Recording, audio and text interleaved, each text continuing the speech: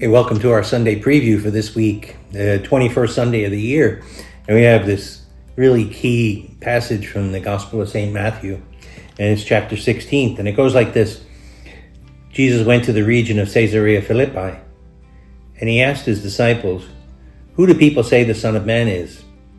They replied, "Some say John the Baptist, others Elijah, still others Jeremiah or one of the prophets." He said to them, "But who do you say that I am?"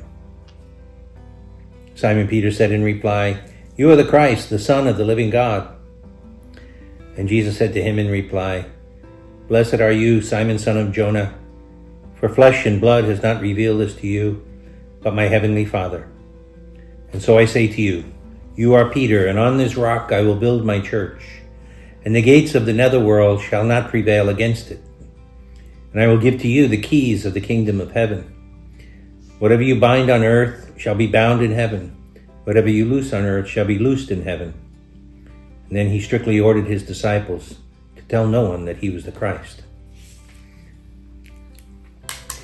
Well, this passage is pretty famous for us Catholics because we see it as the clearest indication that Jesus gave to St. Peter and then his successors the authority in the church, to bind and to loose. He gives Peter symbolically the keys of the kingdom of heaven.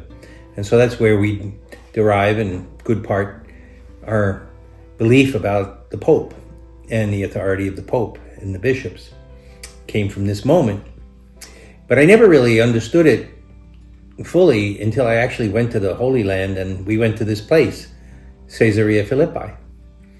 And it was an odd place for Jesus to go with his disciples because Caesarea Philippi is very far away from the usual places Jesus was, like in Capernaum or Nazareth, and it's much farther away from Jerusalem.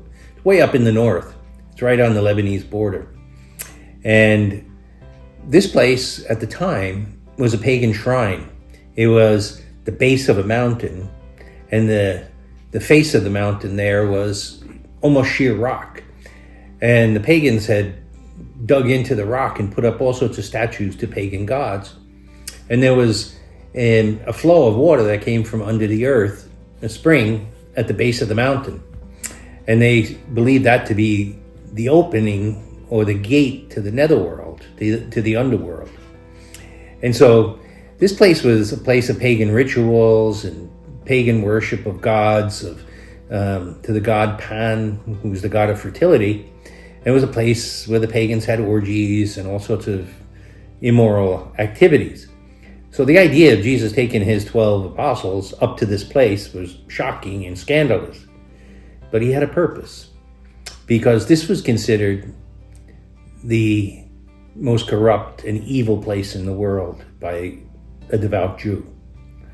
And Jesus marched his disciples right up there to a place that represented all the power of evil, the netherworld, with the water flowing out from the netherworld. And they had all these false gods that they were worshiping there. And so Jesus puts that question to them.